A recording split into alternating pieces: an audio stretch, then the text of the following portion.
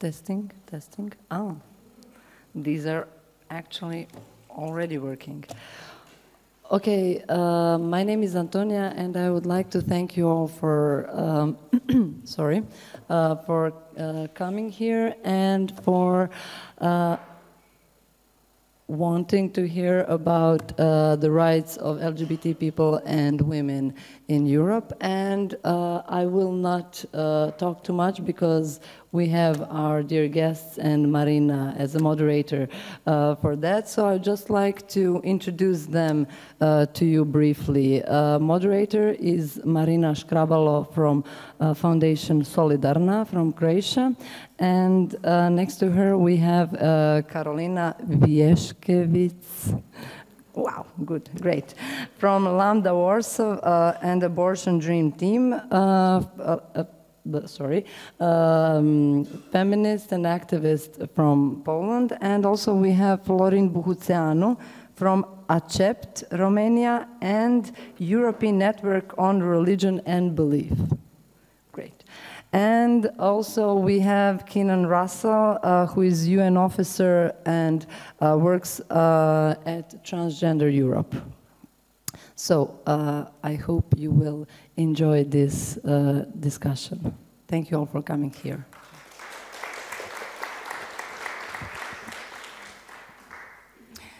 Hello, and thank you, Rijeka, for hosting a Smokva festival. And it is wonderful to be in a city where we enter the city council hall with a rainbow flag, and where the city council is a space where we can discuss the current state of women's and LGBT rights, LGBT and women's rights across Europe. The purpose of this panel is to explore the dynamics across the continent, with special focus on the current backlash staged by radical and religious right, but also in light of the emancipatory struggles across the continent, which have achieved really a lot over the past couple of decades. We can immediately connect the two focal themes of the panel, LGBT rights and women's rights, in the scope of a common struggle for gender equality, which is not emancipatory if it does not recognize gender diversity and freedom of gender expression as an integral component of gender equality.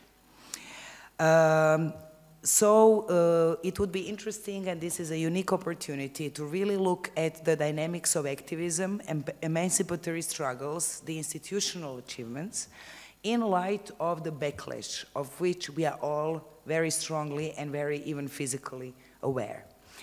I would also, as a moderator, like to extend greetings to everybody in Rijeka from Zagreb, where this morning we just had a roundtable and a public presentation on Christian fundamentalist networks across Europe. And I'm very happy to say and to greet Mr. Neil Data and Remy Bach from the European Parliamentary Forum for Population and Development, specializing in protection and promotion of sexual and reproductive health and rights, especially at the EU policy level. And I'm very happy that Neil and Remy will have opportunity to take part in the discussion and in the follow-up networking. Also sometime, at some point, either during our discussion or at the end as a dessert, we will show a 15-minute trailer of Arte documentary, investigative journalist documentary, on, it is called Abortion, a Backlash in Europe, which is actually giving us a close-up into the maneuvering and the tactics and the damage produced by the so-called pro-life, but actually anti-choice, anti-gender movement across the continent, which is going to leave its print on Rijeka on Saturday, but is obviously also doing a lot for counter-mobilization around the emancipatory agenda through the Walk for Freedom that is being organized by Rijeka civil society organizations and initiatives. So, not to spend a lot of time, but this is some kind of framework. So the idea is not to get out of here completely depressed, but actually encouraged and inspired to look for opportunities, tactics, and strategies of both resistance and resilience, but also for using the times of crisis as an opportunity for bringing in more people who are maybe only now, when things are getting really tough, recognizing how important it is for all of us to ensure that our societies are societies based on non-violence and freedom, and not on violence and oppression. So, let me start. I would like to ask just a warm-up question for our speakers and friends and comrades. The first question would be for Carolina, Florin, and Keenan, for each one of you. What does it feel like today in the environment where you are operating from your neighborhood, your town, your country, and Europe as your continent? What does it feel like to be LGBT rights and women's rights activists today? What does it feel like?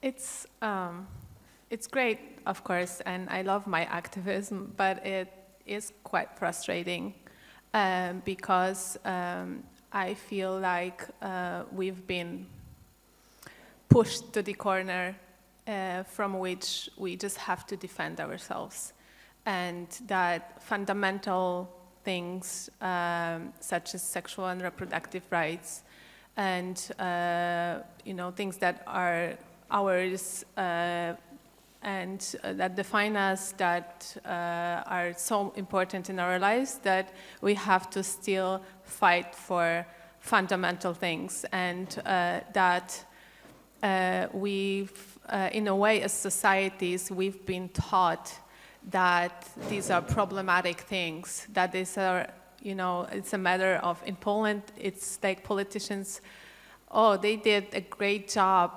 actually convincing the whole society, media, and everyone that it's about beliefs, that it's about your views on life, that these are very delicate things not to be talked about in the parliament, not to be, tackled, although in the first place, a lot of things did happen in the parliament that result in the fact that we cannot be free in terms of our sexuality. And it took place there, but all of a sudden, now it's not a place to talk about it. And of course, I'd rather not talk to politicians about it. I'd just rather have it and, enjoy it, and really tired of protesting, this shit still. Sorry, that's a quotation. So it's really, yeah, I would rather live in a normal, circumstances, and really not, negotiate that all over again. So it's quite frustrating that we still have to negotiate fundamental things, because there has been so much work done to convince the societies that we live in that these are things, that private, in a way bad, that we should not talk about our experiences, our lives, that we should constantly negotiate piece by piece what we can have, and that maybe in some time, societies will be ready to, accept civil unions, and that's gonna take so much time. And it's, of course, no adoption, right? Because it's just gonna take another 30 years. And that, in a way, we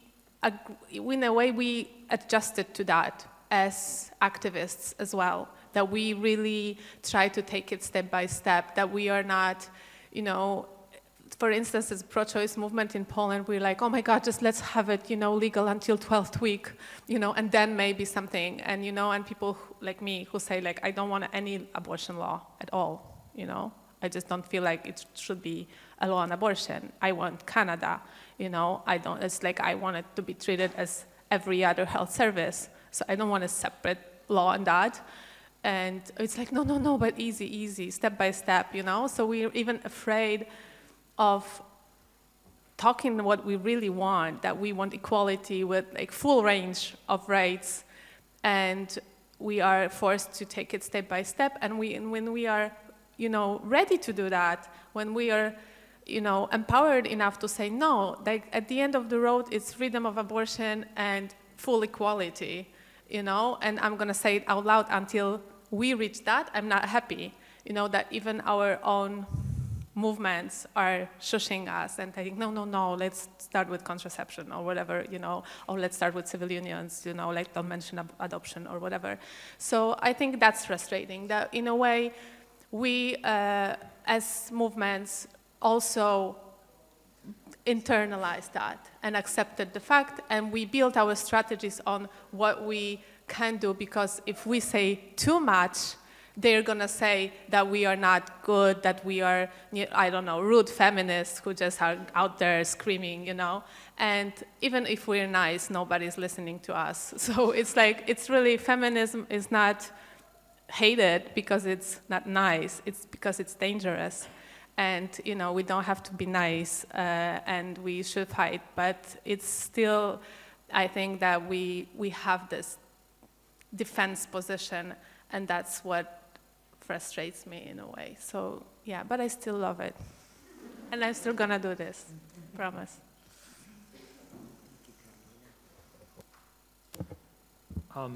Sometimes I do feel like a very important person in a country which, like Romania, which decriminalized homosexuality only at the end of 2001. So we were the last country in the region that started to treat us in a, you know, in a non-penitentiary way, if I can use this expression. For me, being a very important person means that I'm still treated like a kind of disruptive, toxic, dangerous stranger in my society, and that means being treated as a kind of public enemy. We are still considered public enemies, ideological creatures against norms and normality, against traditions and against God, against religion. And that makes you feel, you know, important. So we have an important role to play in the societies, apparently.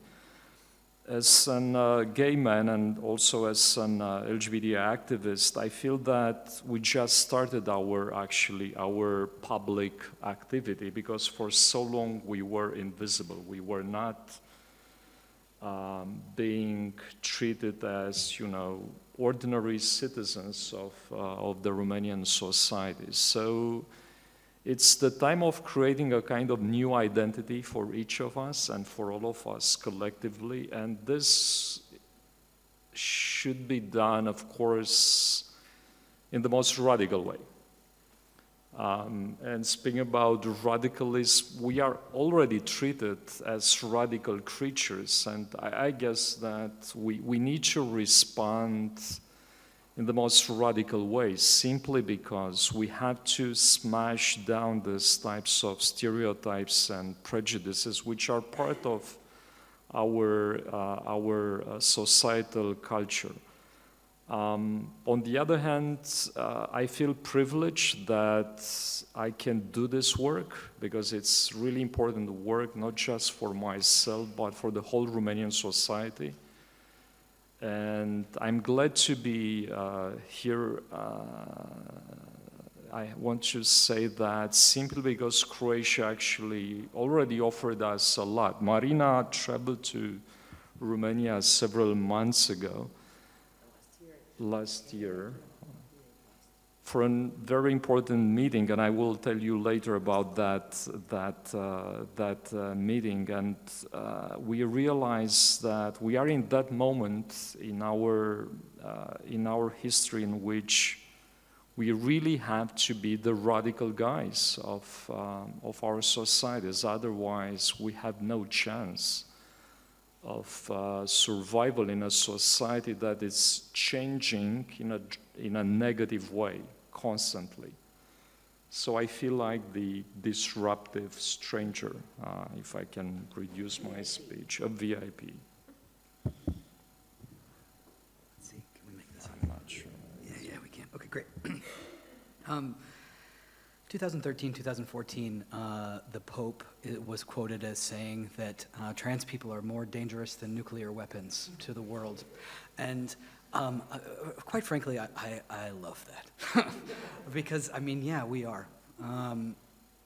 Colonial Europe destroyed concepts of diversity and complexity and gender and sexuality, and is now realizing how much damage was caused by doing that, how much we lost in terms of the ways that we think about ourselves and are able to talk about ourselves, and instead created this system that's so rigid and so oppressive and pits people against one another instead of allowing us to play and discover who we are and how we want to be in the world. And so I love thinking of myself as dangerous as nuclear weapons. And I kind of think that for a lot of non-trans people, that's true if I were to push you as far as possible, because a lot of the assumptions that we live in are connected at some points back to sex, gender, or bodies, and the value of bodies. In terms of how I feel as well, I have sort of two other tiny thoughts.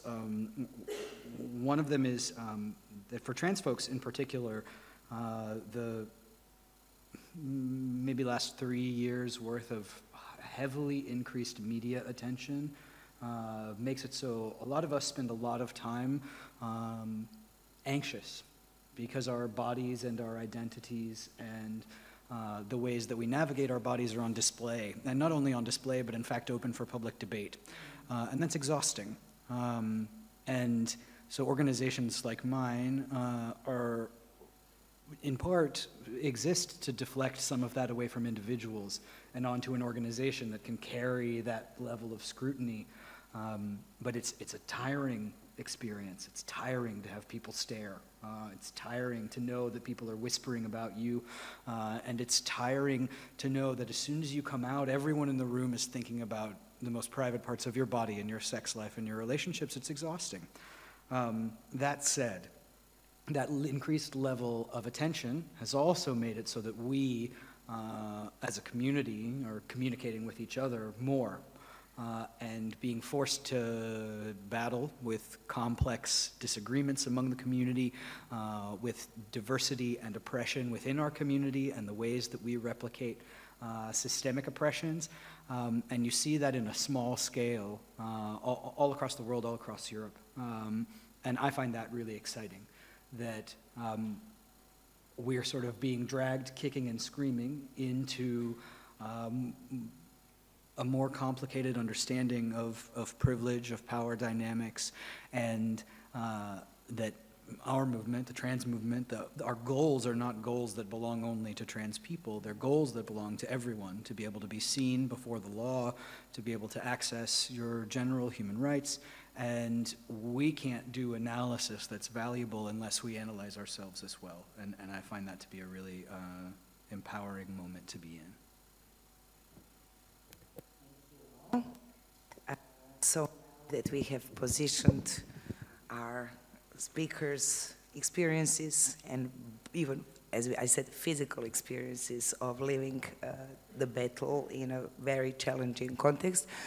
Now in the next round, let's focus on the context itself. So Carolina, you already started a little bit, but we are following, I guess most of the people here are following the situation in Poland, and we have general idea of systemic institutionalized oppression of women's reproductive rights that has been, systematically introduced in Poland.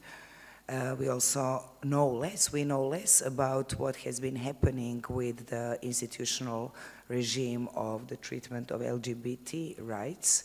All of that, once upon a time, used to be a part of the EU acquis and the conditioning for the entry also of Poland into the EU. But today, nowadays, it doesn't really seem to matter because the EU is struggling with even greater issues of the basic functioning of the judicial system in Poland, looking for ways to pressure through very complicated processes, as we know, at the council, where it is not very feasible that there will be really a political sanctioning. But we know that the whole context is very complicated.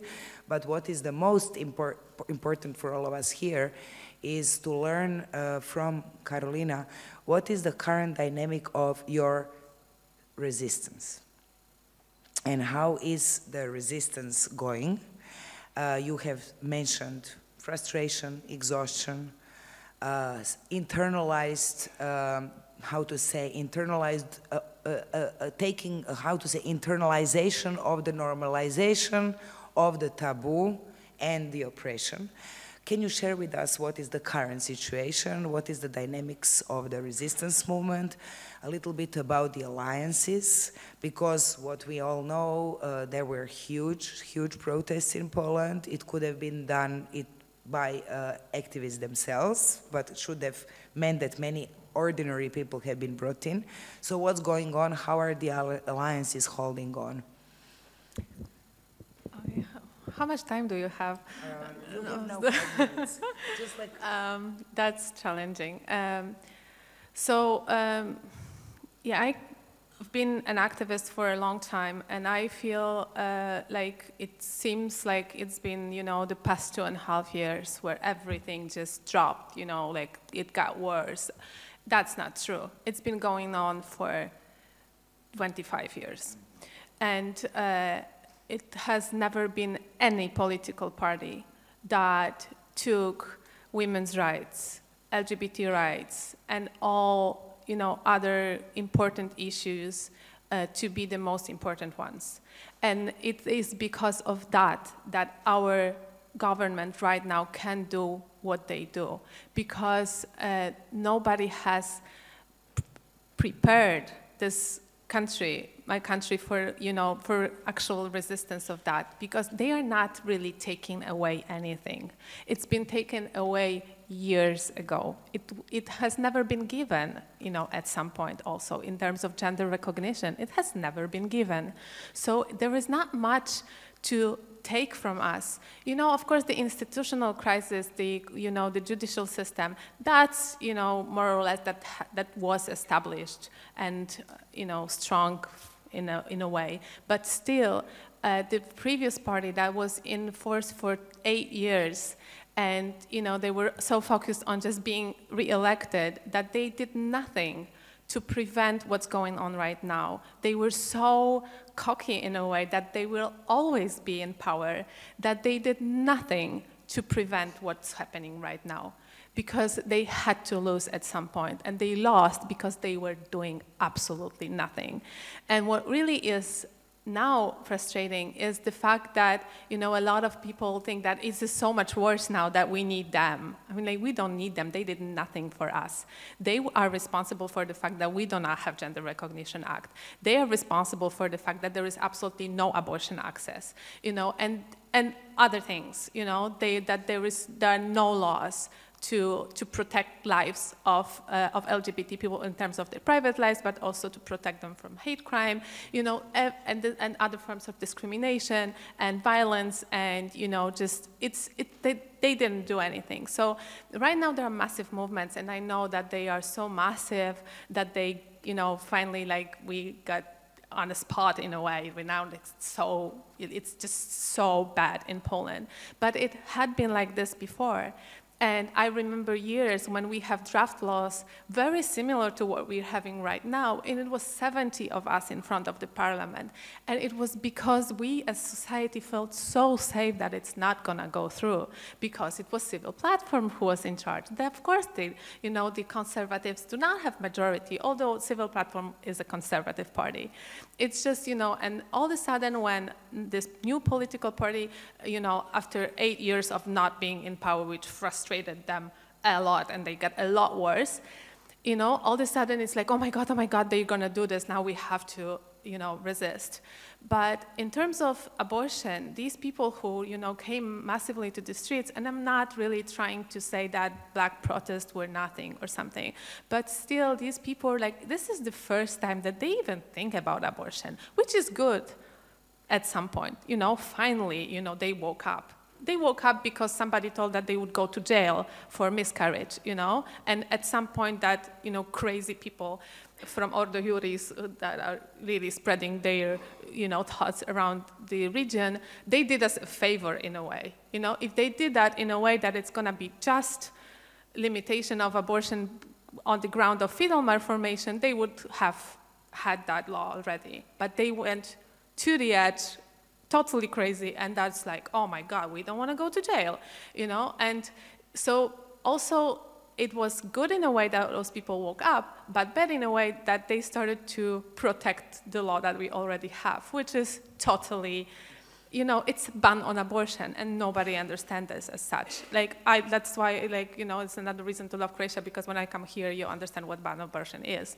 And in Poland, we don't understand, you know, the fact that we cannot get an abortion except for 3 very narrow cases is not considered a ban on abortion, believe it or not. Believe it, it's like this. So it's really, you know, and now it's like, it seems like it's worse and worse. And no, it's been going on for years. Also the influence of the church. And our abortion law is 25 years old. And the Law and Justice never, ever tried to change it. It's civil initiatives every year since a long time that is doing that. And of course they have to deal with that, they have to, you know, like find, but they never wanted to do this because they know that the ones who vote for them do not want a total ban on abortion. But when we think about it from the pro-choice movement, is still this, you know, defending the status quo and not really saying what we really want.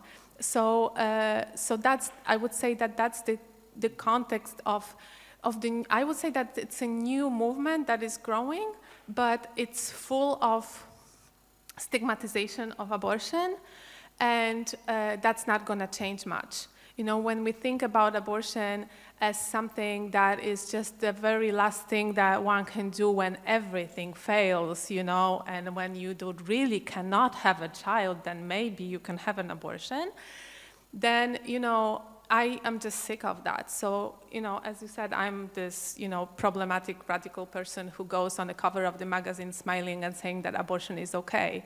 And because I just think that, you know, and I think that if we do not speak about that in a normal way, that it's okay to have sex, and then you have sex, you can get pregnant, and if you get pregnant and you don't want to be pregnant, it's okay to have an abortion, because that's a solution to pregnancy, you know, not contraception, because, you know, like, it's just too late.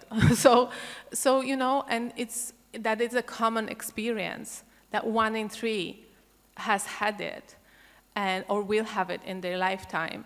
So it's really, yeah, it's just, you know, kind of just stop being really defensive. And I think another thing that we are struggling with is lack of solidarity of fights, you know? We fight for LGBT rights, we fight for women's rights, we fight for rights of people with disabilities, but we don't see that they're not separate groups.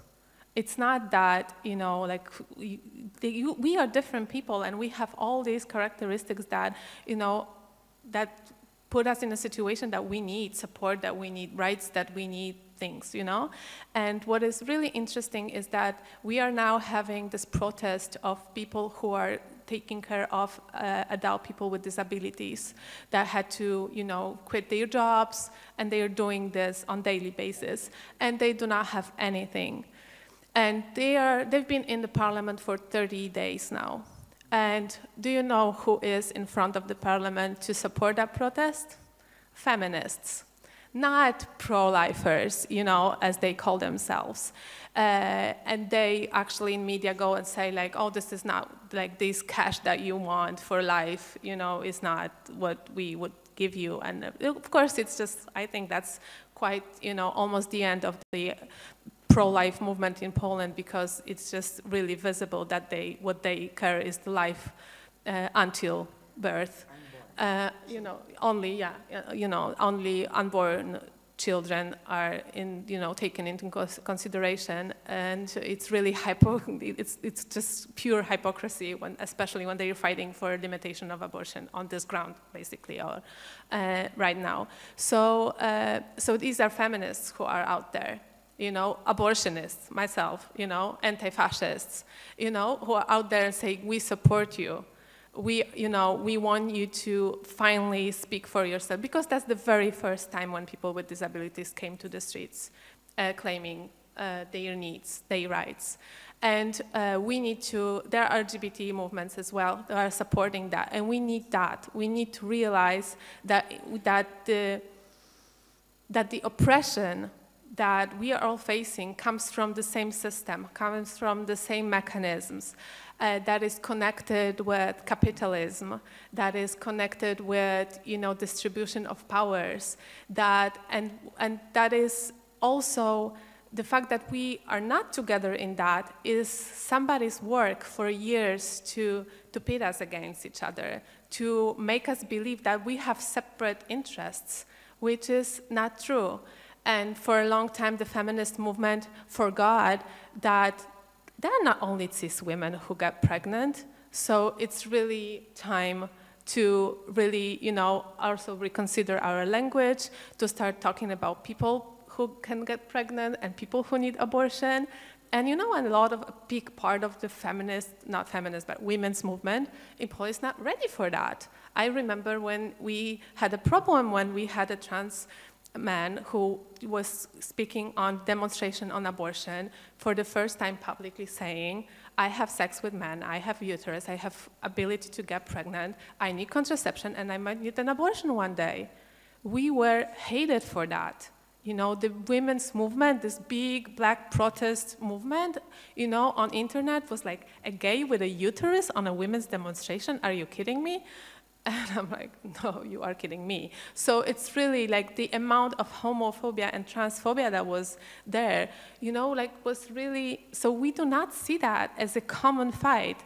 And that's the most dangerous thing, because I see that as a result of a big, big effort that was put for years for us to feel that we have separate interests. That if we say abortion, that maybe we're not saying, marriage equality, or that if we are saying abortion, we are not saying gender recognition.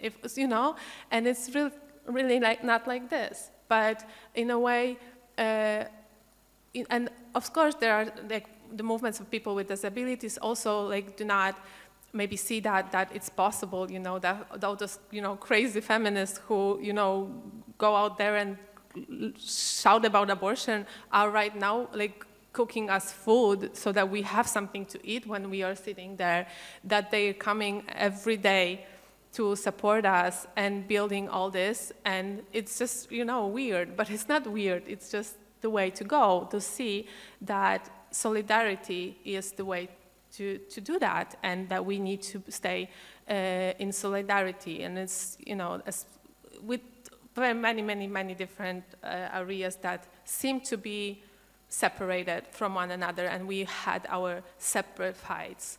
But that's just not going to work until we realize that we are in all this together. And the reason that we are in this place right now is because of the same mechanisms, about the same, political process that was going on, and we need to see that and have the whole society to be to see that and share that view, because otherwise, it just won't work. Thank you, Carolina. Just one very optimistic insight that you shared with us, and that is that you said that people in the public are recognizing, now it is becoming clear that this pro-life movement is actually focused on unborn, but not on the born, protection of born, living human beings that live with their imperfections, challenges, problems, and oppression. So the public is seeing that this is present, this narrative is present in the public now. This criticism of or if you can explain on that. And the second thing that you shared, you do get on the covers of the magazines, which means that there might be some media space for action, because that's a sub-question that I wanted to ask you. What's happening with the media space? A space to actually communicate and at least prevent further extremism.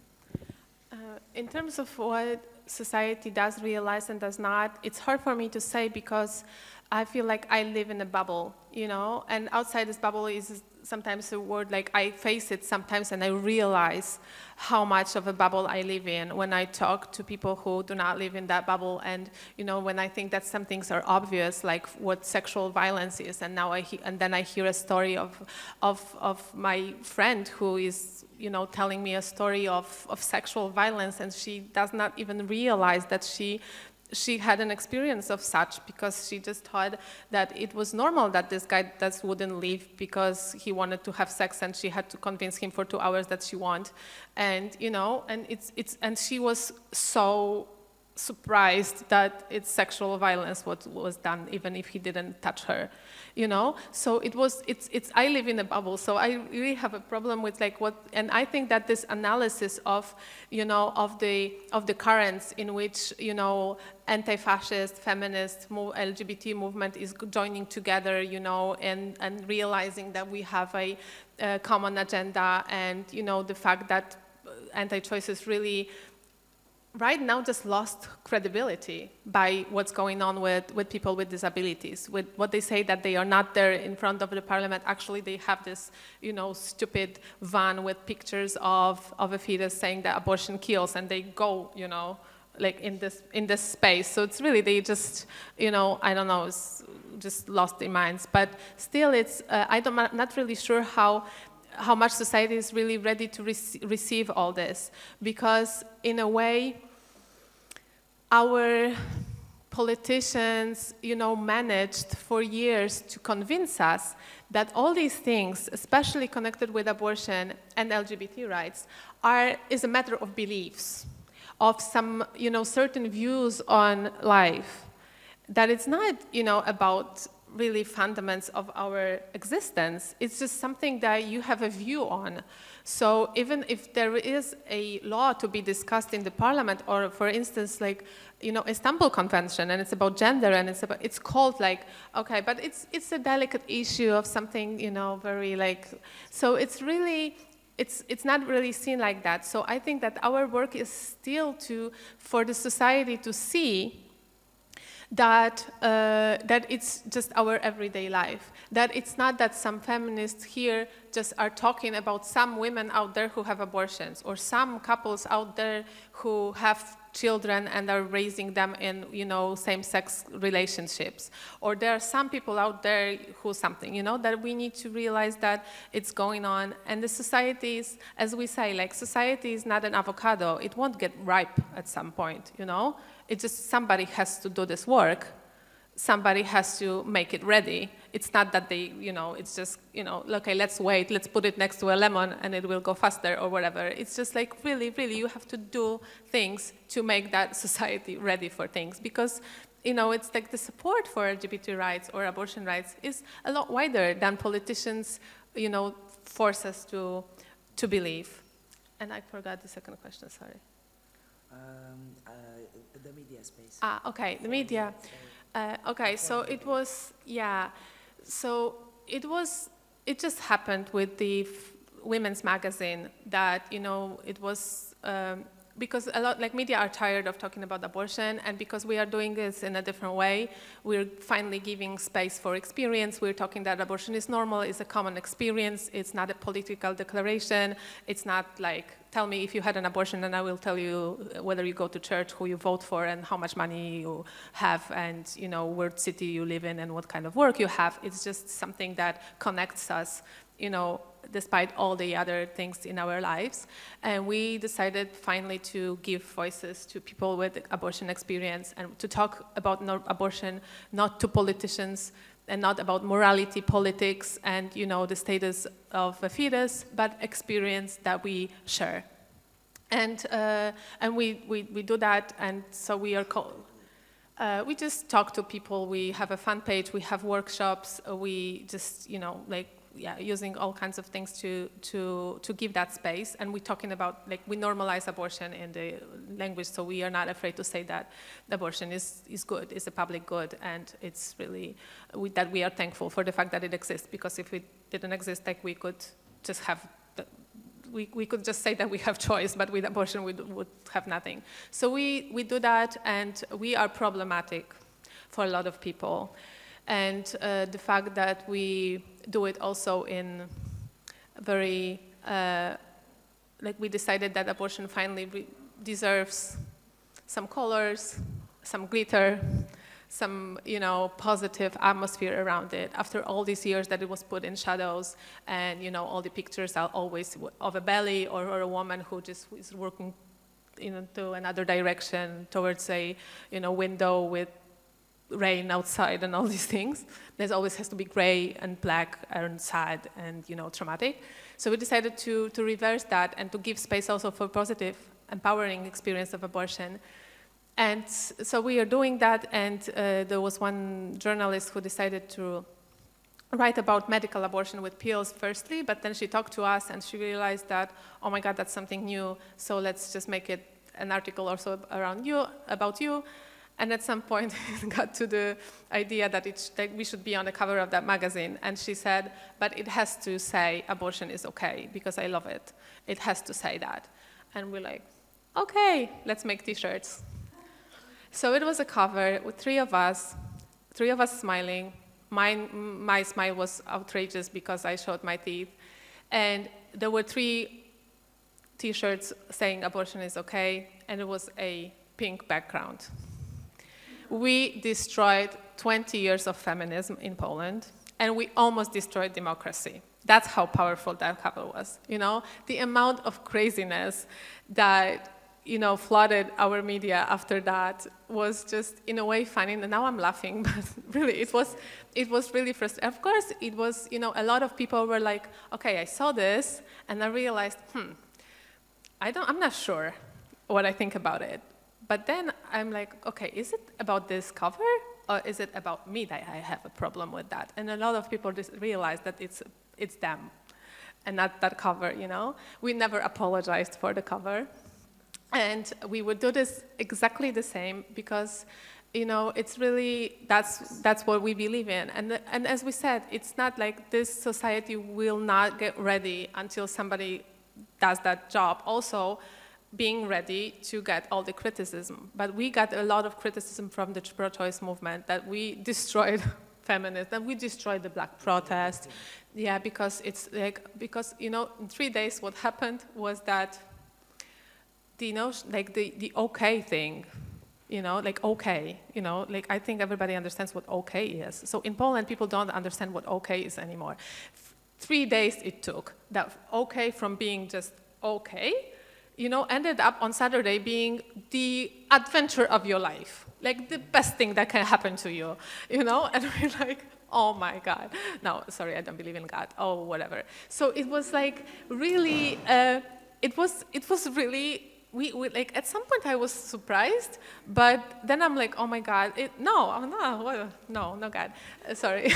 So I was really, it was frustrating because we really had to, like we had interviews, like explain the cover. So it was like elements, okay, pink.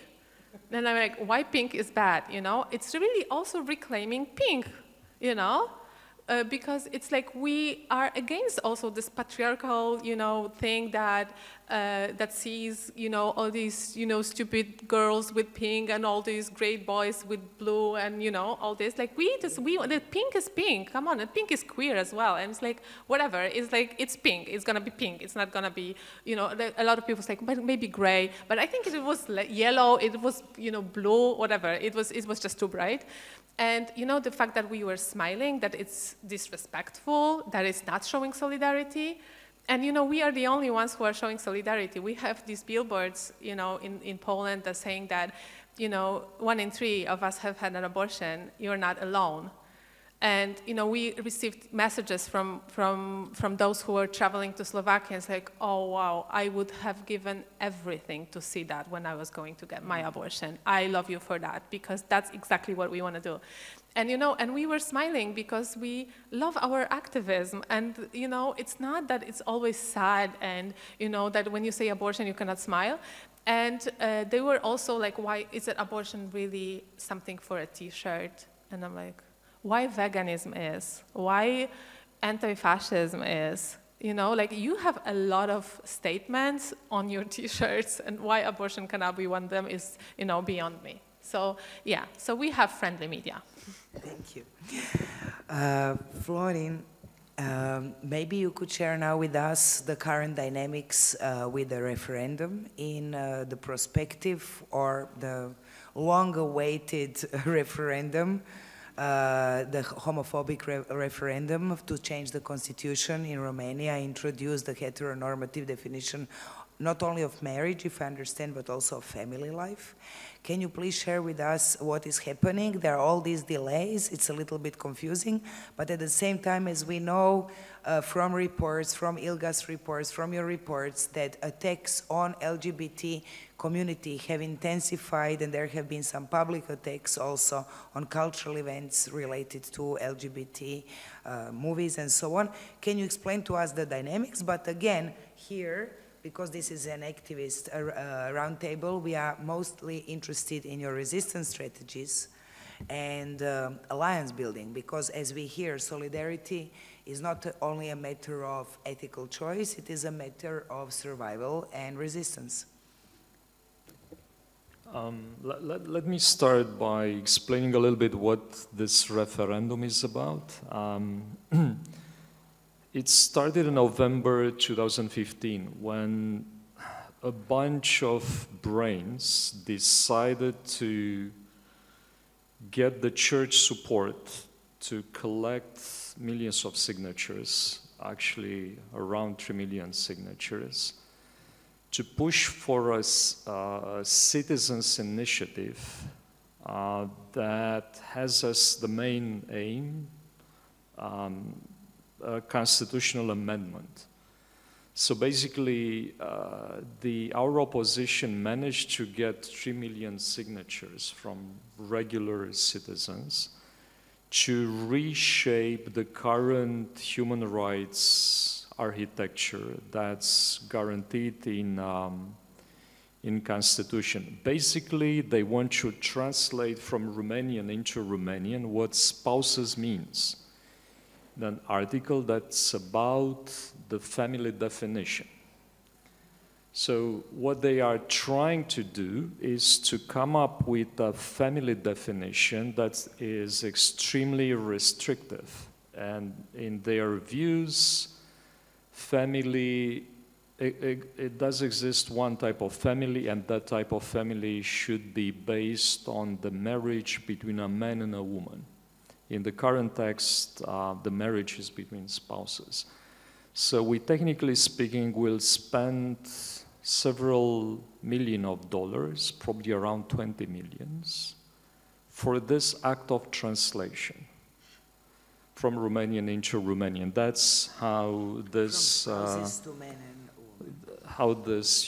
translation movement started. But if you look careful, I think what they are doing is absolutely brilliant. They managed to use the human rights language, the human rights tactics, the mobilization type of tactics to modify in a very populist way the most fundamental legal text that should protect all of us, not just some of us. What we have done was to postpone indefinitely this referendum to buy time. We knew that we are in a severe crisis of time, and we had to change the public narrative, which was very much focusing on marriage. But guess what? Marriage in Romania is between a man and a woman already, so you don't need to change constitution for that, right? So we knew that we need to modify the public perception through a different type of narrative, and we managed to divert the attention from marriage towards family issues. By doing that, actually, we got a lot of support from various types of family who suddenly realized that, hey, I might get deprived of the constitutional protection. My family is not based on marriage for various reasons, and I still need to be respected as a family by my state. Those voices before this horror were not heard. They didn't exist in the public space. They suddenly realized that they need to reclaim their space. They need to reclaim their family values. They need to reclaim, their political space and to fight back. So that was a great support for us, because it was not just the homosexuals. It was a whole bunch of groups and individuals and organizations, a significant part of society that realized that, hey, this is not a battle about homosexuality. This is a battle about in what type of society we'd like to live in.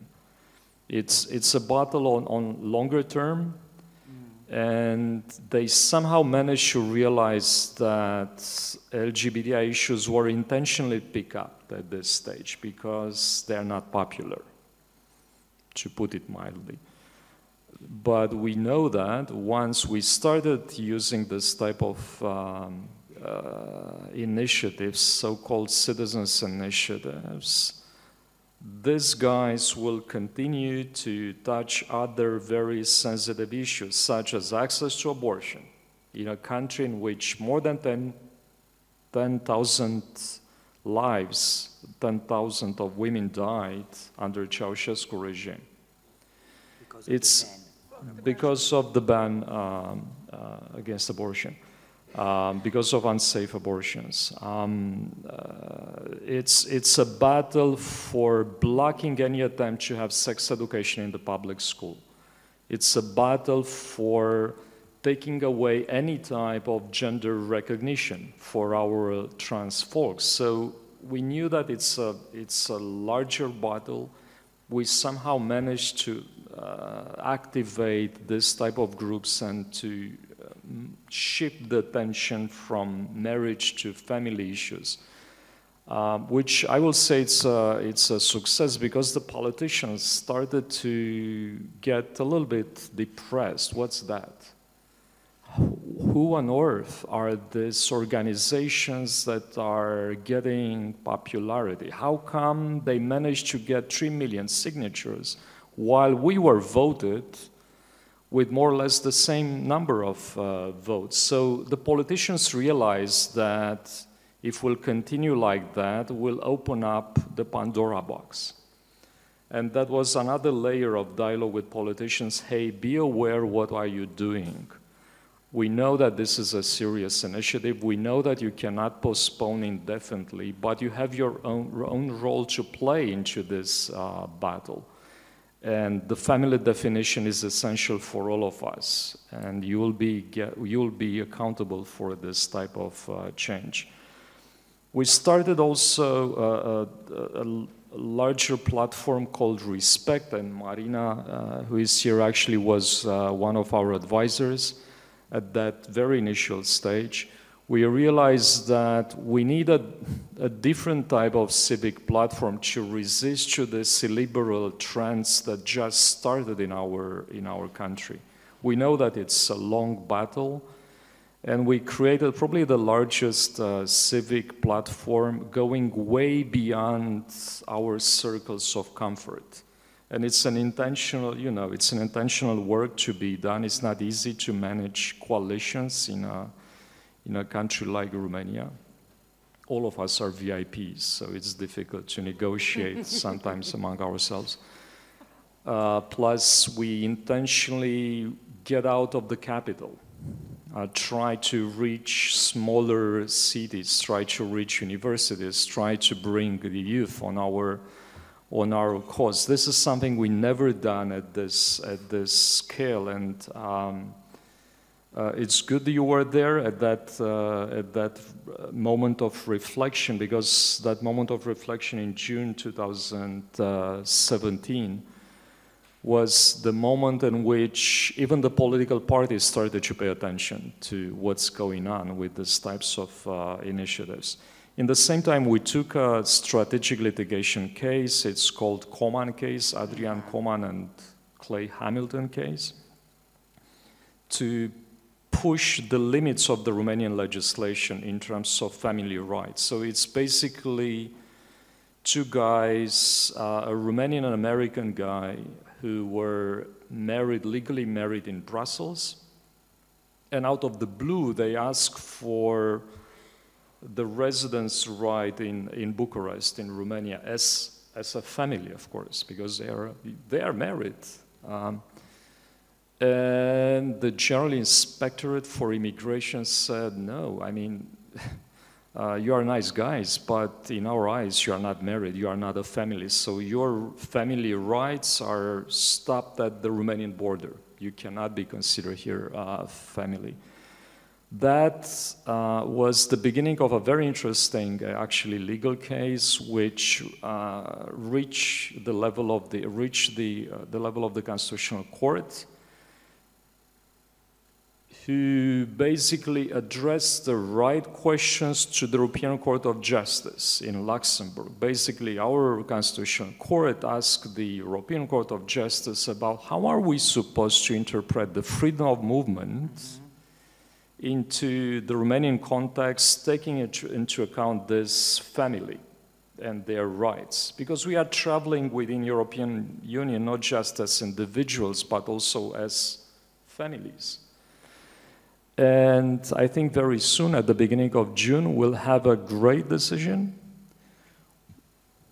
hopefully, which, if it's passed, will push the legislation in 6 members of the European Union: Poland, Romania, Latvia, Lithuania, Bulgaria, and there is one more. I'm always forgetting the 6th country. No, Hungary is fine. We'll look it up. I will find it out. To modify parts of their family legislation and to accept the LGBTI families once they are married somewhere where this marriage is legal. So it's the beginning of the change. It took more than 5 years to bring this case at this stage, but it will be, you know, a radical case, I will say, that will provoke our countries to modify their current human rights architecture. And hopefully, because of this case, our Romanian politicians will take seriously the civic partnership bill, which is in their hands for more than 10 years. We managed to agree on a draft, the 3rd or the 4th draft, I don't even remember, which will guarantee family rights for those families who are not getting married, including LGBTI families. So we try to use this very hostile situation into our favor. And speaking about the referendum, and I'll stop here not to consume the whole time, our tactic will be a democratic boycott. You know, you are not supposed to modify important human rights, you know, pieces of legislation using this populist methodology. You are not supposed to use democratic means such as referendum to deprive people of their fundamental rights. And I think that this will be also a successful tactic, because we do know that there is not a very, you know, a very happy mood among the family coalition in Romania right now once they knew that we'll boycott the referendum. it will be difficult for them to get almost 6 million people. Of 30%, and that means 6 around 6 million people to vote. I mean, it's quite a lot. And to vote for what? For something which is already clear, which is already guaranteed in the legislation, that the marriage is between a man and a woman. I mean, people are not stupid. So I can just sense good vibes from Bucharest. Well, Kiran, Carolina mentioned solidarity. You already mentioned this experience of being publicly exposed, and this sense that trans people get, of course, that everything that is their private sense of autonomy is now for public display.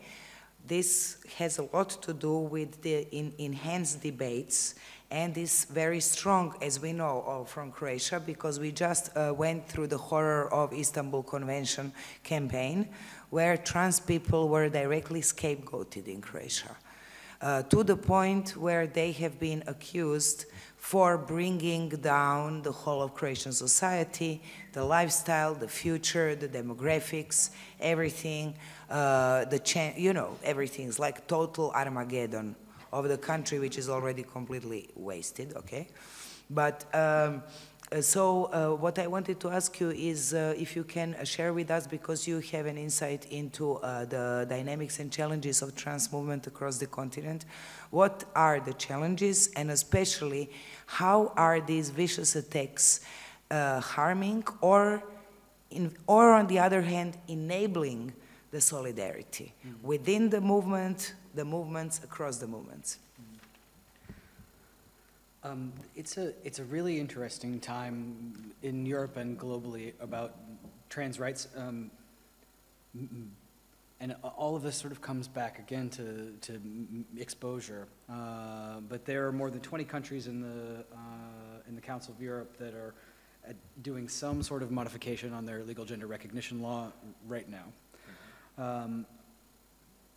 There are two things going on there. One of them is that those modifications allow for us to have both conversations about legal gender recognition and conversations about law, policy, and the rights of citizens in more constructive ways, and why it matters to have these discussions. But it also is creating and sort of coalescing with the anti-gender response to the Istanbul Convention, and it fits into creating a backlash that's much more complex than it would be were we just talking about legal gender recognition independently. That is also happening at the same time as I'm sure you're all aware, of an extensive amount of immigration and migration in Europe, and that refugees, migrants, and asylum seekers in Europe are particularly undefended when it comes to their recognition before the law, and generally, if someone is seeking asylum with an LGBTI component in their reason for asylum seeking, while there is a sort of back-of-the-hand policy within the UN systems to not doubt that a person is in fact LGBTI if they say so, on a practical basis, very often the case manager looks in not to the situation that the person was in, but into their identity as a basis. So they're questioning the individual as a person, not the situation that they're fleeing. And those types of and then another piece that is also very similar is now there's a movement in Europe to remove the medicalized components of accessing legal gender recognition, and to remove the assessment components of accessing medical transition. Quite frankly, psychiatrists don't know anything about what I think about myself and the construction of gender on the inside. We've put psychiatrists in a position of being able to answer this question because everyone is terrified, not because psychiatrists are in any way good at it. They don't understand gender any more than any of the rest of us do, and they certainly aren't trained to assess my understanding of my gender. But not having someone with a degree in that position to assess whether I am who I say I am terrifies everyone. And that's why they're there. They're not there for any practical purpose. There's no medical reason or psychiatric reason to put someone whose degree really is pharmaceutical psychiatry in a position of deciding what gender I am. It's ridiculous. But what the legal systems in most of Europe do right now is not just require that someone who is unqualified to assess my identity do so, but that a medical certificate be provided to then allow me to access my legal rights. So we've put doctors in a position of determining a legal and administrative question. When there were debates about whether religion or race should be included on people's identity documents, at no point did we say you need to go to a doctor to determine if your race is in fact what you say that it is. At no point did we say that we're going to defer to doctors' opinions about race to make the decision about whether we will include race on an identity card. These are ludicrous concepts, and as a social construction, gender, which is, as I'm sure that we're all aware, a separate thing from sex, but gender as a social construction is just a contract that we as a society agreed on, and now we're putting doctors in the position of gatekeeping our ability to navigate it. And because of the sort of simultaneous nature of Istanbul Convention issues, the anti-gender movement, and other related backlash in Europe, and the change to legal gender recognition laws, we're having a really difficult time getting out from under that medicalization requirement. At the same time, there are extensive efforts to de-psychopathologize trans identities. That's a big word, but de as in remove psychopsychiatry, and pathologize like pathology is a sickness. So to change the conversation about trans people and the way that we just generally live our lives as being not a psychiatric illness. And those movements are pushing for the ability to access legal gender recognition and documentation based on self-determination in a transparent, quick, and accessible process. Unfortunately, there's only one place in this continent that allows that, and they're in the process of assessing their medical components, which are actively pathologizing. That's Malta. However, since 2011, Argentina has had a self-determination-based legal gender recognition law, and there's been no collapse of society. I mean, there's currently a collapse of the peso, but this is unrelated. Still people going to church? Yes, people go to work, people go to church, people get old, people are born, people die, they have birthdays. They pay taxes. Yes, Jesus still rises on ascension, like all of these things still happen. And the fear is what sort of pushes these conversations, but the experience actually shows that the fear is unfounded. And sort of to connect back to what the strategies are, the right is using really creative strategies that are about things that require us to do a lot of expensive research. So, for example, one of the things that is the reasons that these medicalization components keep popping up, the explanation, not the real reason, but the explanation is about fraud. What's ridiculous about that is that your identity document is a contract between you and the state. The state verifies who you are and uses your identity document as a mechanism for following that verification. If you commit fraud, there are already laws to punish you for committing fraud. And you don't need to iterate in more detail what fraud is or how fraud works for those laws to still apply. That said, in Argentina, in 8 years almost of a self-declaration model, there's not been a single case of fraud, not one, where the gender identity law was used in any way to commit fraud. So we're not talking about a reality. We're fighting against ghosts and trying to create evidence to disprove myths And as we know, disproving myths is practically impossible. So we have to take that narrative and change it and make it more about the things that we can prove and the things that we can disprove. Because at the end of the day, we can't prove that no one has committed fraud. What we can prove is that no one has been taken to court for committing fraud. But we don't know anything about people's motives. So these are difficult conversations. Yeah, I'll stop for now. Now it is, I think, right time that we share space with all of you. If somebody would like to ask a question or comment, or we should just continue with the flow of sharing of our speakers. At this point, first of all, I would like to ask you, it is 7:20. Is it okay then that we complete our conversation by 7 o'clock, and then we are going to show the movie for those who are interested? And I guess there is still leeway for informal exchanges outside the City Council. So let's spend the last 20 minutes of our conversation on this common landscape that we are sharing, and maybe on what from your experiences you think is something that would be inspiring and useful for others to pick up in terms of sharing experiences from our struggles, looking back, looking forward.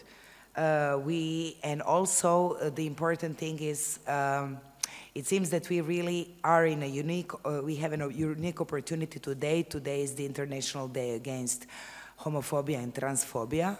And maybe it's always good to go back to our own communities, as all of you mentioned, and really maybe see what improvements and enhancements and encouragement and empowerment of our own solidarity might mean specifically and concretely in the future. What changes you want to see, and what knowledge you would like to share now with others, you know, not to use the ugly word lessons learned, but something that really is worth mentioning and sharing with others in order to prevent or to enhance a struggle based on your own experience. That's again a lot, but I don't know, I keep saying that, I think I've mentioned that already, but I think it's extremely important. And from my experience, I'm going to just tell you how I realized my mistakes.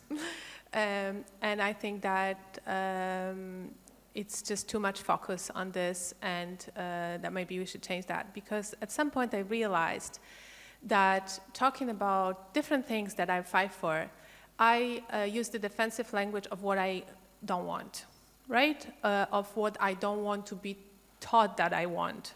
So when I'm focusing on something, I'm saying that, okay, but I don't want that, or I'm not going to talk about that right now.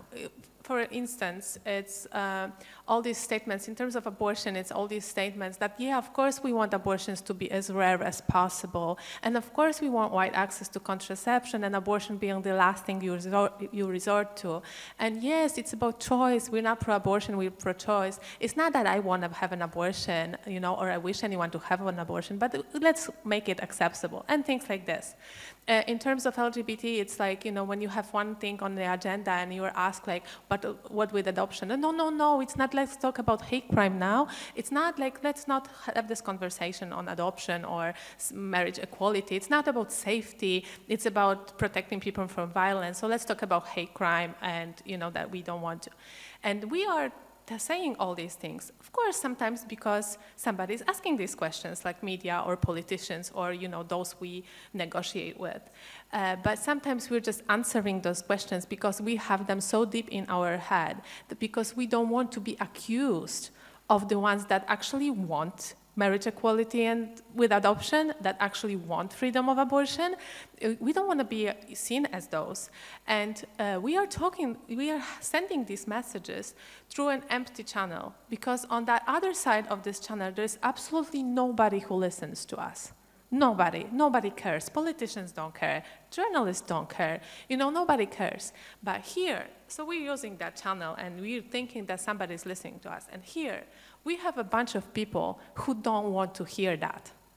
We are having those people who raise their children in same-sex relationships, and they don't want to hear that adoption is bad, that we don't want marriage equality, or we just fighting for hate crime.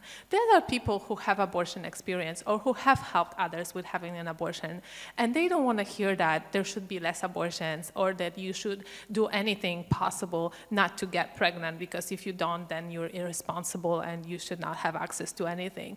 You know, these people are listening to that. I don't want to hear that. So at some point I realized I don't want to talk to some people who don't listen to me and who won't do anything to, you know, to change it. I want to talk to all these people and show them solidarity, show them that I do care about their lives. Because sometimes especially with, you know, when I say that, okay, it's not about adoption, it's not about recognizing the diversity of families, it's not about trans issues, it's just about hate crime or whatever, I'm actually sending the message that your things are not important to me. You know, your life is not important. You just live out there, like, sit in quiet, and, you know, maybe in the 10 years, I'll start talking about your issues. And it's just not fair. And, you know, when I'm saying that I want abortions to be rare, I'm sending a message that abortion is something bad. Those people who have had experience of abortion, they don't want to hear that there was a bad thing.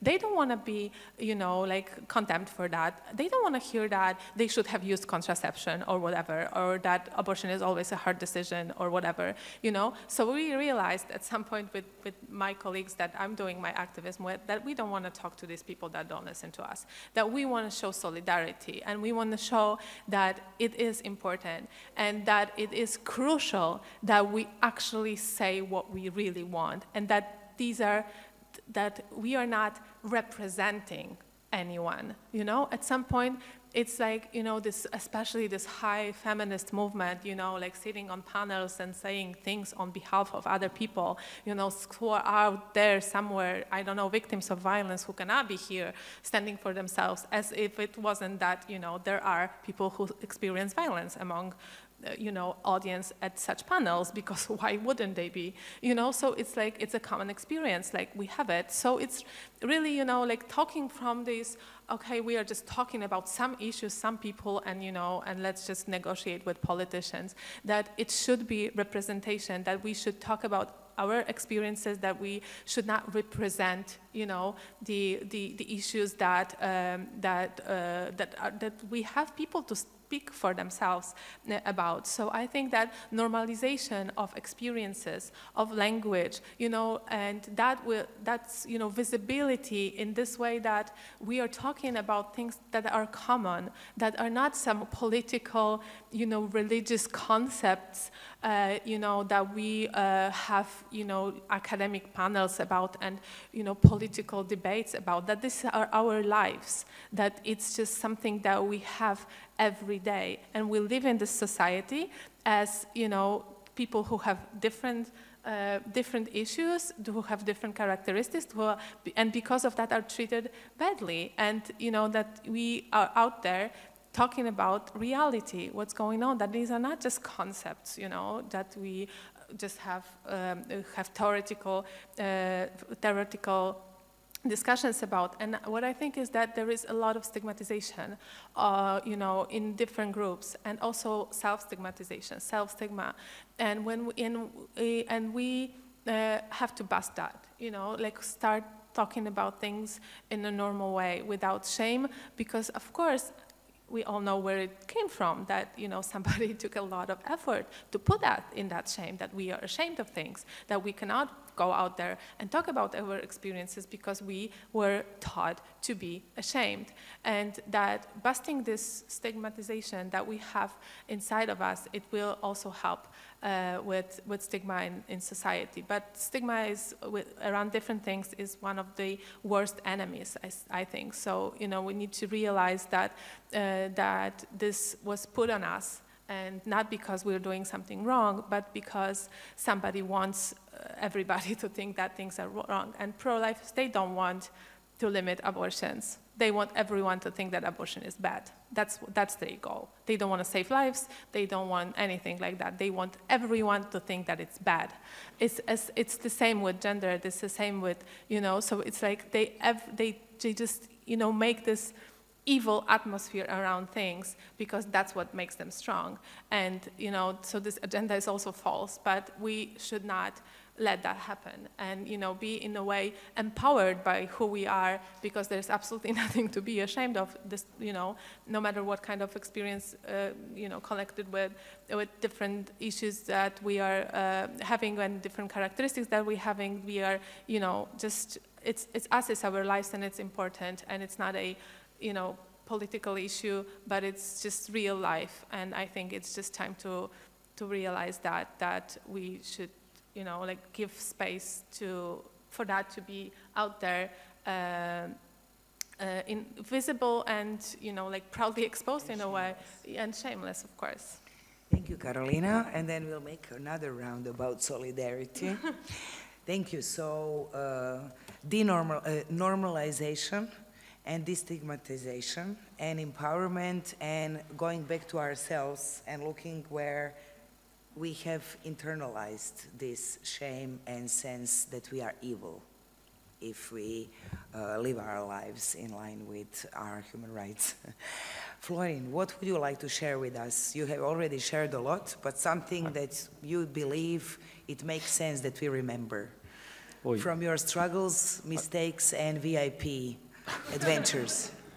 I'm not sure I'm having lessons to preach, especially here.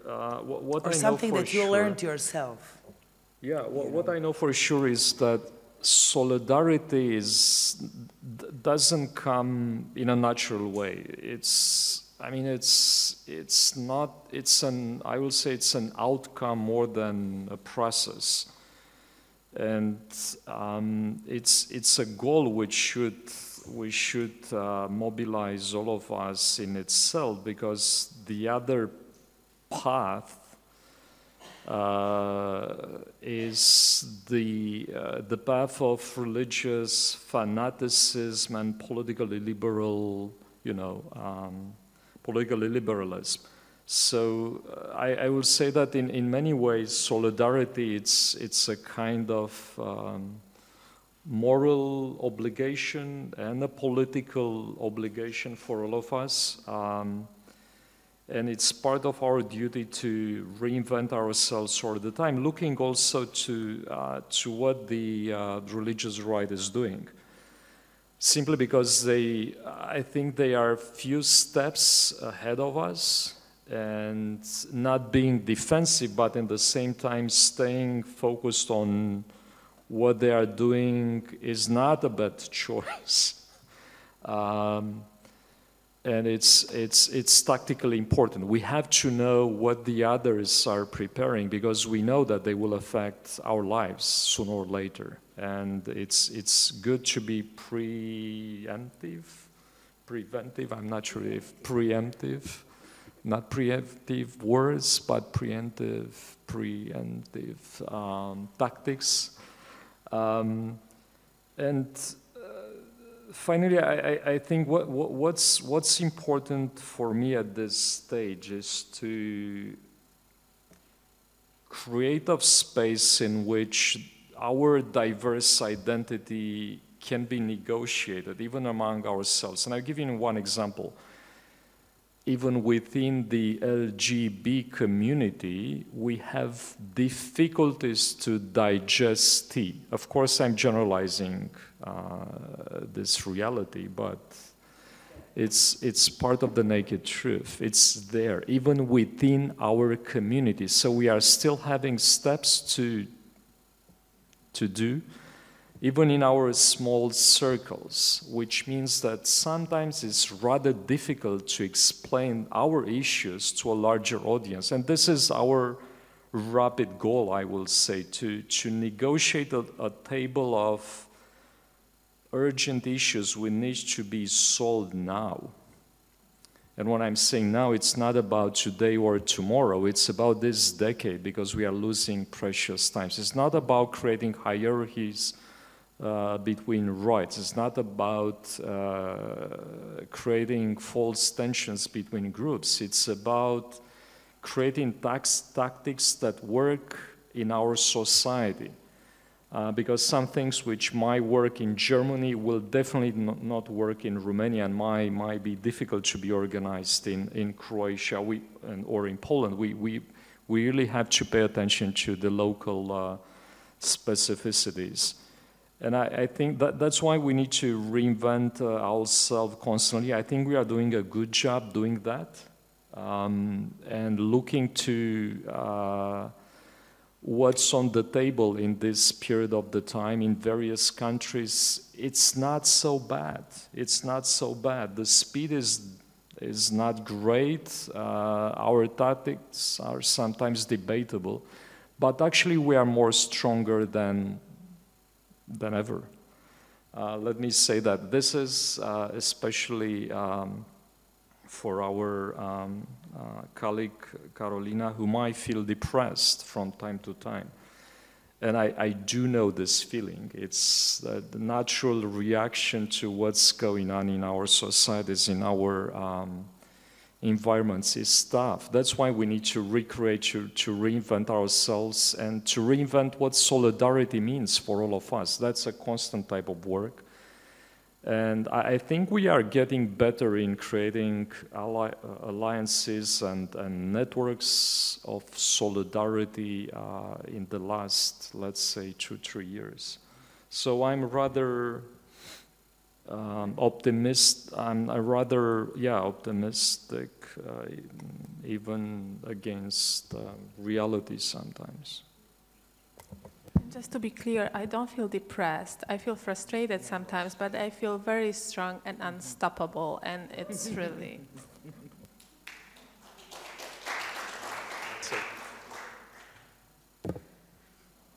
And just to answer the question quickly, because I don't want to disrespect your time, I have just two things worth mentioning for others that are really specific stories, and one of the worth mentionings for me is stop compromising.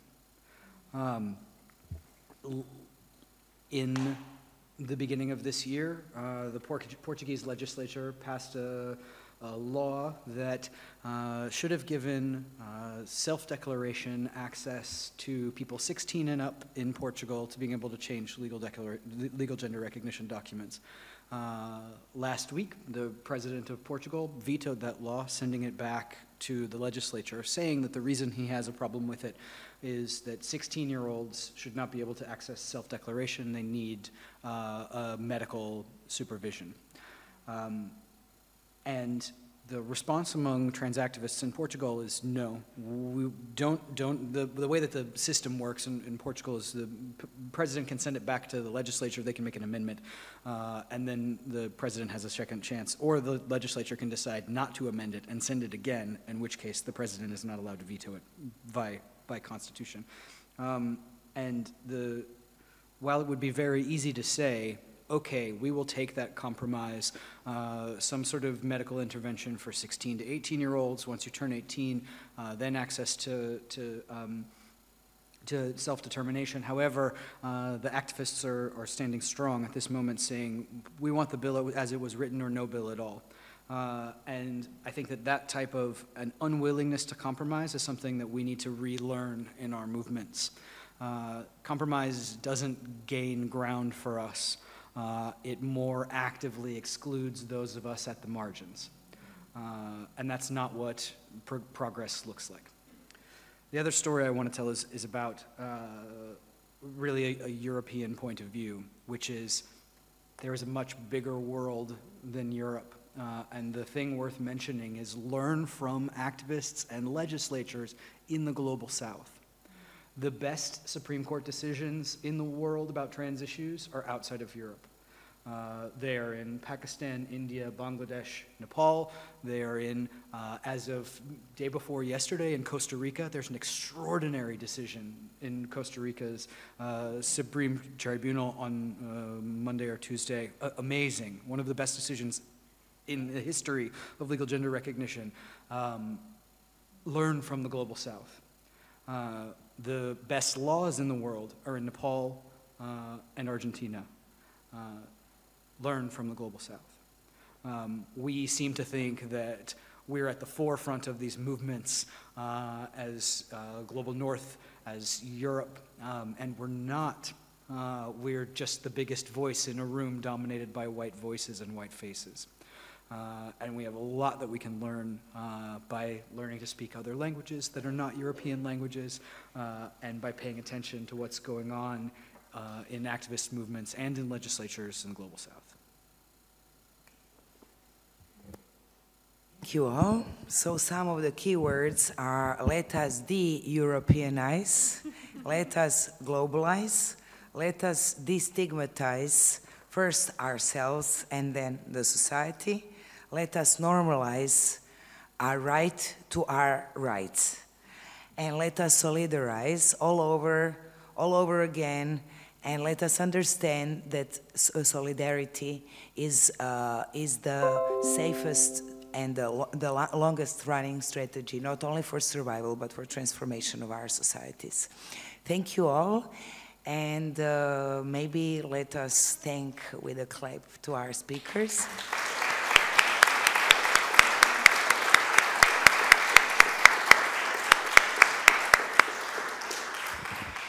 And now, for all of you who feel like it, maybe to get a little bit more frustrated, more infuriated, and more empowered, let us now watch the 15-minute film, Abortion, Backlash in Europe, as an extra impetus for a wonderful, cheerful, proud walk for freedom in Rijeka on Saturday.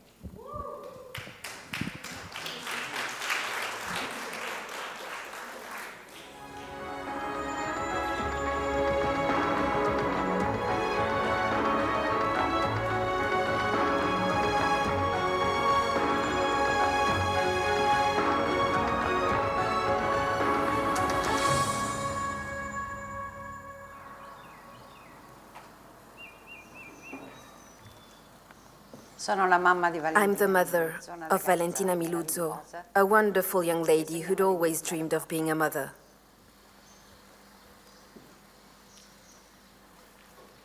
September 2016. Valentina is 4 months pregnant. The young Sicilian is expecting twins. It's a difficult pregnancy. Valentina is admitted to Catania Hospital. Her condition worsens. Valentina opens her eyes and says to me, "Mama, I'm dying." And the doctor says, "What was it he said?" He told us, "I have a conscientious objection to abortion. I don't murder babies. Their little hearts are still beating." All I know is when my daughter went in there, she was fine, and they sent her home to us in a coffin. The fetus's lives were put ahead of the mother's life, against the family's wishes. But the right to conscientious objection isn't supposed to apply in emergency situations.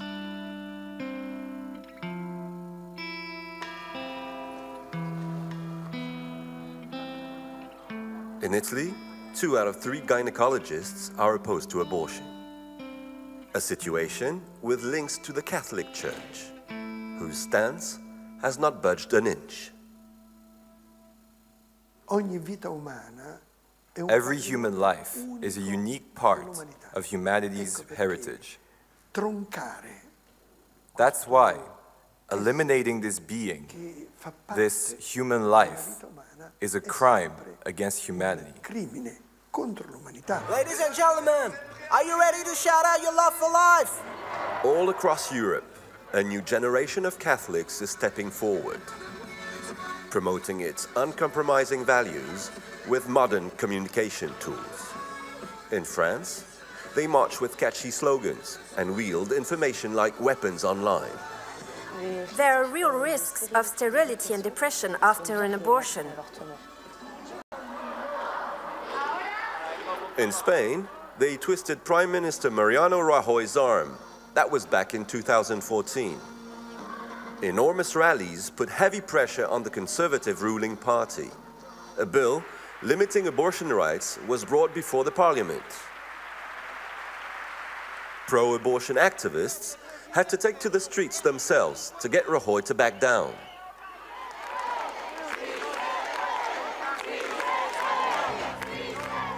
But the leader of Spain's pro-life movement, Ignacio Arzuaga, sees the loss as a small victory. I've talked to members of the Popular Party and they tell me that if we hadn't launched those petitions, successful petitions, if we hadn't mobilized society, if we hadn't organized these huge rallies, probably the Popular Party would have not assumed that commitment to protect life in Spanish law. Ignacio Arzuaga joins forces with activists from other countries and takes the fight to Brussels. The European Union has no jurisdiction over abortion rights, but it does shell out more than €500 million to fund abortions and contraceptive services in developing countries. Arzuaga and his friends want to cut off that funding. Why should we give the money, our European money, the money that finally, ultimately comes from our taxes, in order to perform abortions? Their primary weapon is a petition launched Europe-wide, One of Us. In one short month, it garners 1.7 million signatures, an all-time record. One of Us really got the anti-choice movement off the ground. They obtained a hearing before the European Parliament and a meeting with the European Commission. It gave them a level of credibility they hadn't had before. Abortion opponents have been toiling behind the scenes ever since. Here in Brussels, for instance. Hi. How are you doing? Yeah, it's been a long time, hasn't it? Yes. Sofia Kubi is one of the pro-life lobbyists spreading the good word. Welcome, everyone. This is one of our briefings, short briefing sessions. We try to do it at lunchtime because that's maybe, when you have most times. We have universally accepted definition of hate. Sofia Kubi and her colleagues have a public narrative for political leaders and the media. But apparently, there's also a hidden side to their work. A behind-the-scenes network, a community called Agenda Europe that steers clear of the media.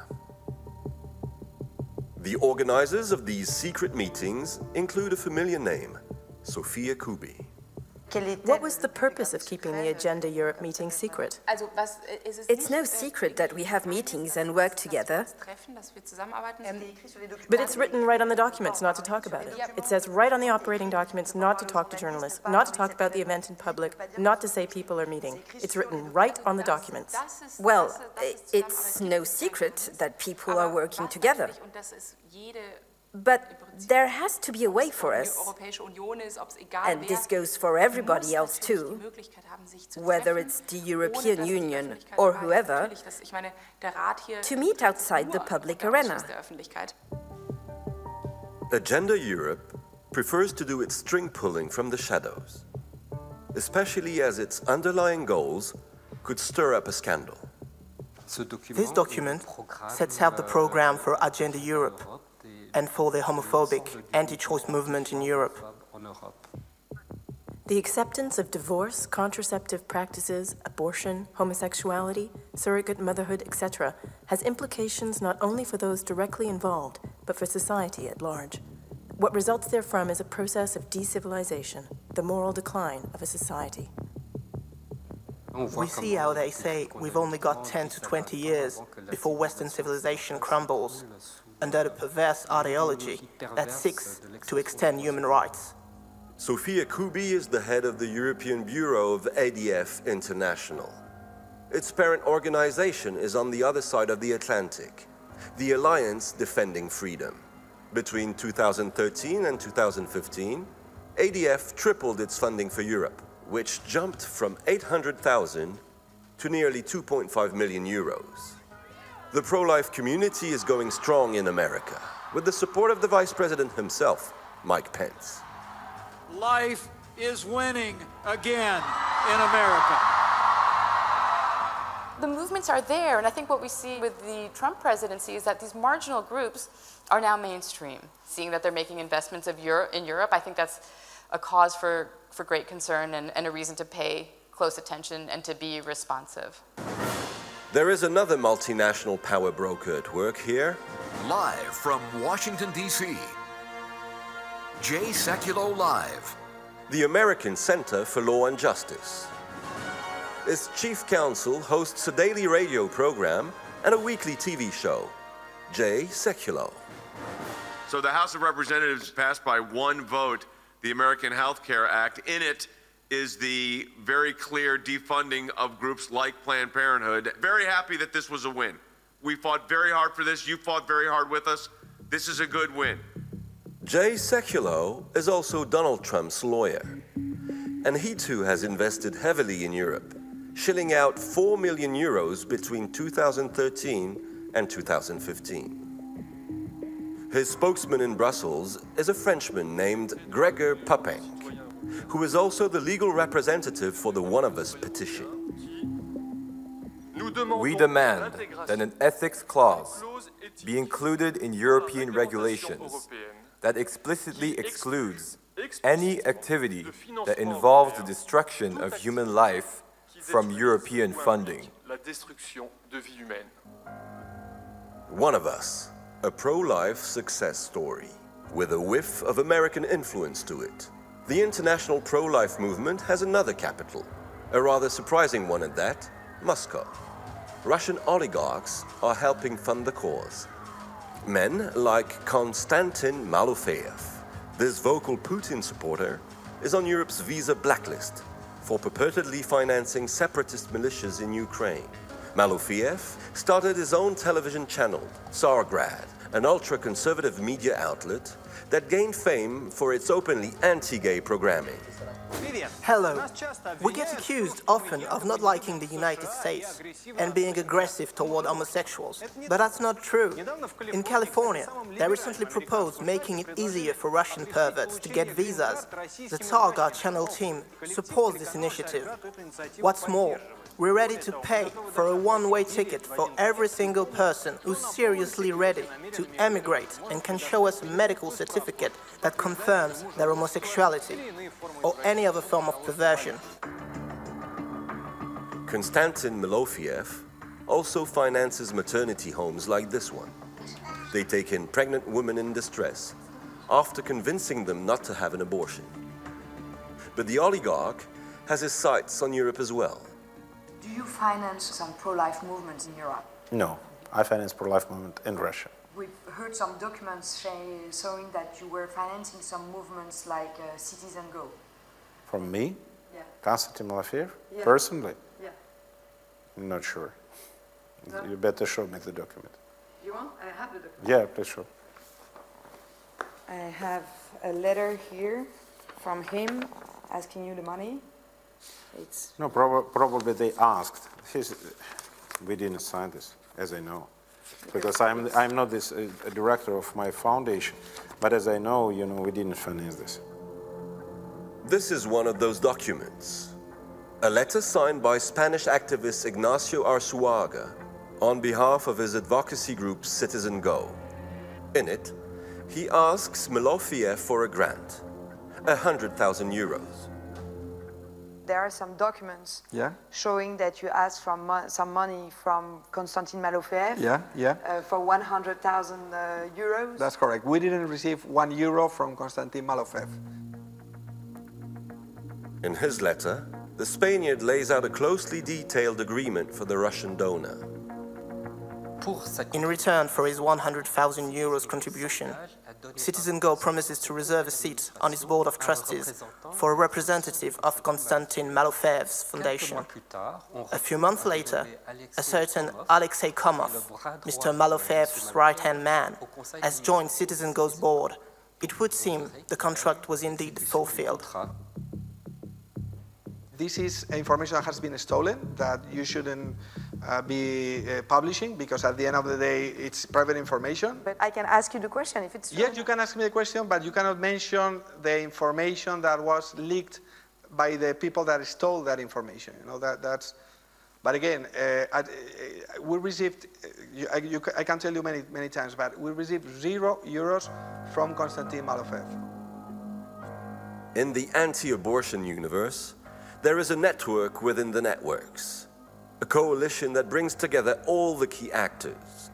It is called the World Congress of Families, and it has been convening every year for the past decade.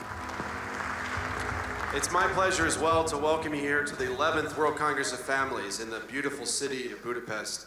And we're here to protect human life from conception to natural death. The conference's speakers include some familiar names. We have suffered these attacks against the natural family, against our children, and against our freedoms. This man is one of the organizers, the American Alan Carlson. We're coming together to get to know each other better, to learn from each other, to share information and strategies, and to build an informal, but I hope very effective global coalition that will advance pro-life and pro-family ideas and agendas at international gatherings, at the United Nations, or over here in Europe within the European Union. The European Union. One of its poorest students is one of this year's hosts, Hungary, led by Viktor Orban. And Orban will give the gathering's most disturbing speech. We have succeeded in closing the Balkans route to illegal immigration. While there are more and more people surrounding us, in Europe, our population is on the decline. Our goal is to have as many children in Hungary as possible. I wish you all much courage, perseverance, and mutual strength. Thank you for your attention.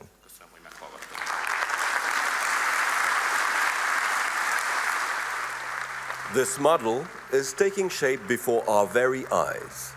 A closed society that dreams of closing borders and policing bodies. And there is no room for abortion in this authoritarian project. Women will not have the choice anymore. Pro-life versus pro-choice, an all-important battle that is forging the future for all of us.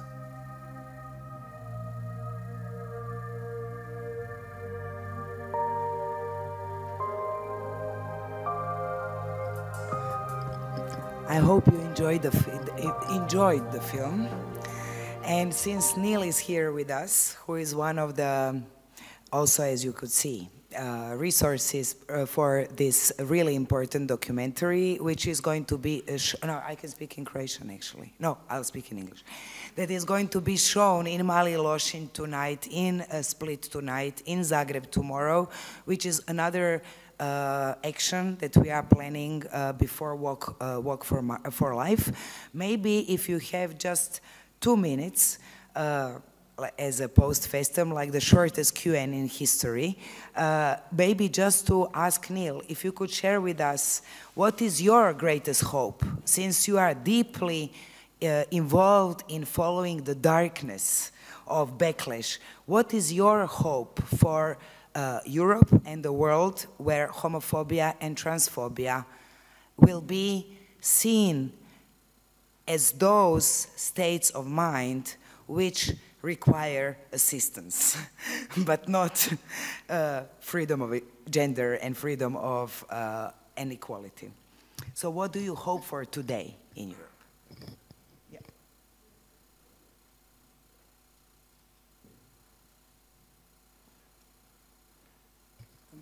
Okay, thank you very much, Marina. In terms of what I hope for, maybe at different levels.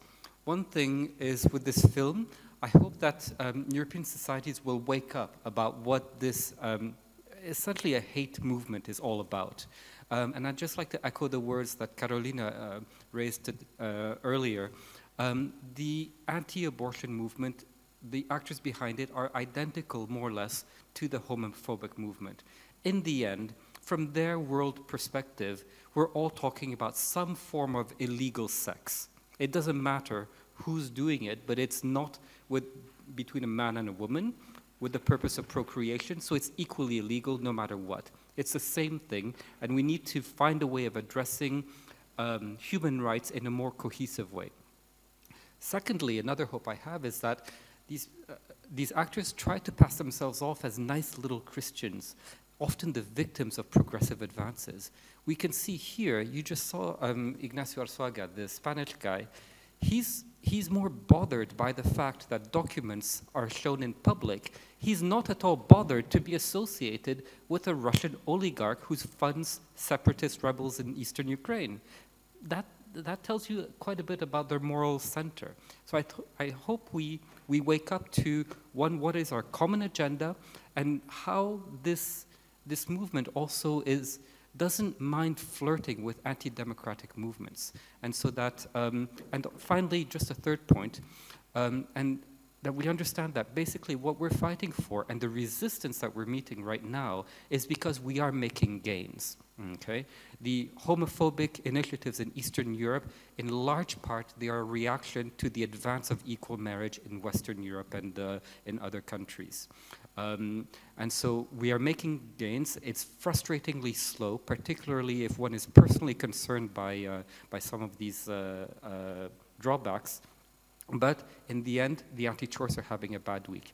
The One of Us that was just shown in the film, the One of Us initiative, has just been rejected by the European Court just last week.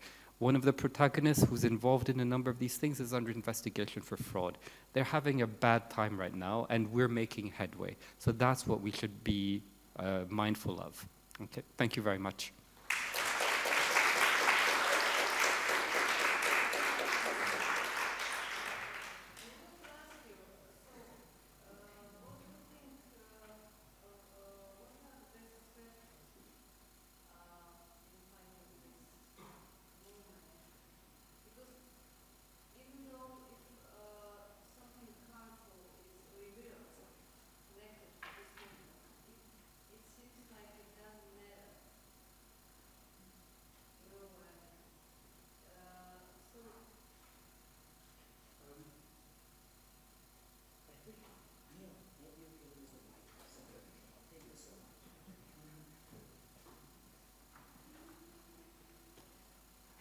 Okay, I can understand the frustration when one finds something about some of these individuals or groups and it comes out in the public and it doesn't have as much impact as we would like it.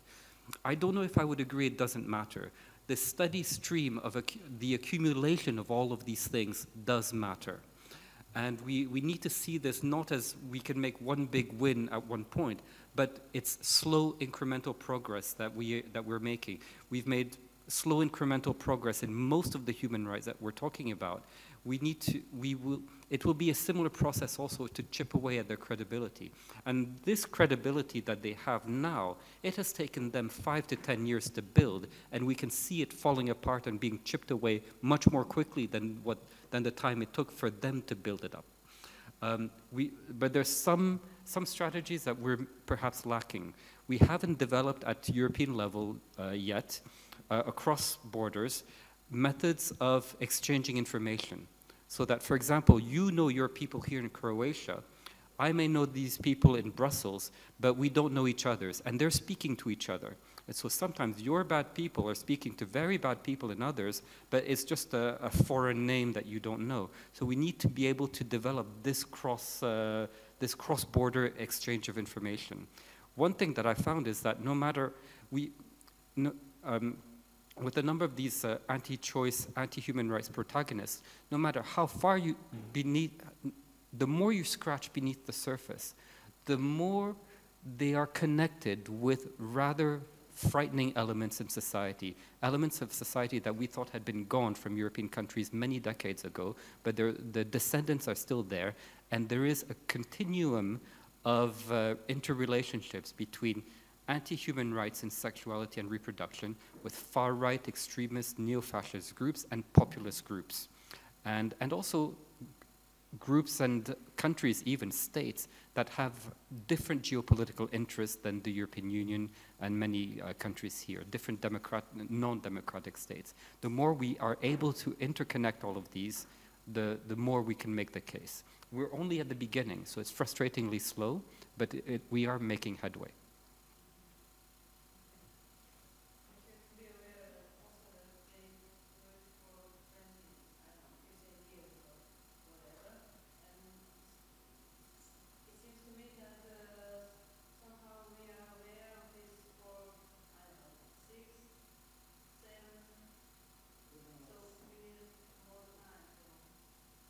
I mean, our side, we've had some bad practices on our side. Very often what I've seen is that when these things start happening in a certain country, the national progressive advocates tend to underestimate the importance of it and then separately feel embarrassed that this is happening in their country. This is not what they thought their country was about, and therefore don't talk about it as much to partners in others. And by the time it gets out of hand, then it's out of hand, and there's very little that can be done. We need to overcome these this reticence, and we also need to understand that this happens in every single country. One of the things that is going to happen in the European courts this year is a test case of a midwife in Sweden who claims who says she's Christian and therefore cannot get a job as a midwife because she doesn't want to perform abortion, and therefore she's a victim of discrimination. This is happening in Sweden, perhaps one of the most progressive countries in Europe. A similar case is being prepared in Norway. So every country in the continent is affected, and so we need to build the mechanisms so that we can resist this effectively.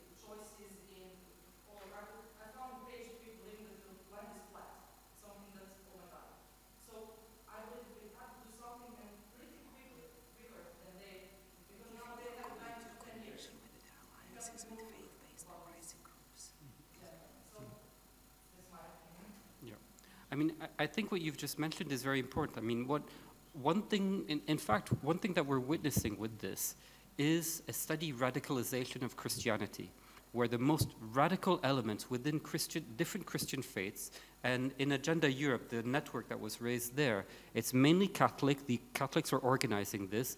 The second component are the Orthodox, and then you have traditionalist Protestants from different countries. And it is the most radicalized elements within that which have basically hijacked church teaching, reinterpreted it in such a way so it fits a normative agenda that they had predetermined, and then try to pass this off as the mainstream position of those religions. And so we can recognize radicalization and call it for what it is when it takes place in Islam, but the same process is beginning within certain Christian faiths, and we need to recognize it for what it is.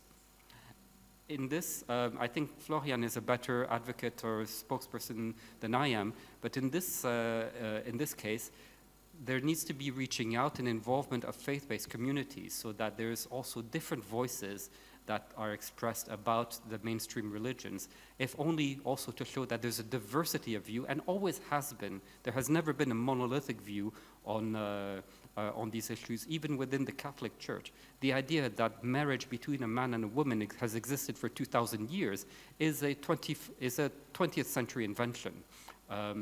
If you go back in history, that's simply not the way it was. So I think we need to recognize the process for what it is.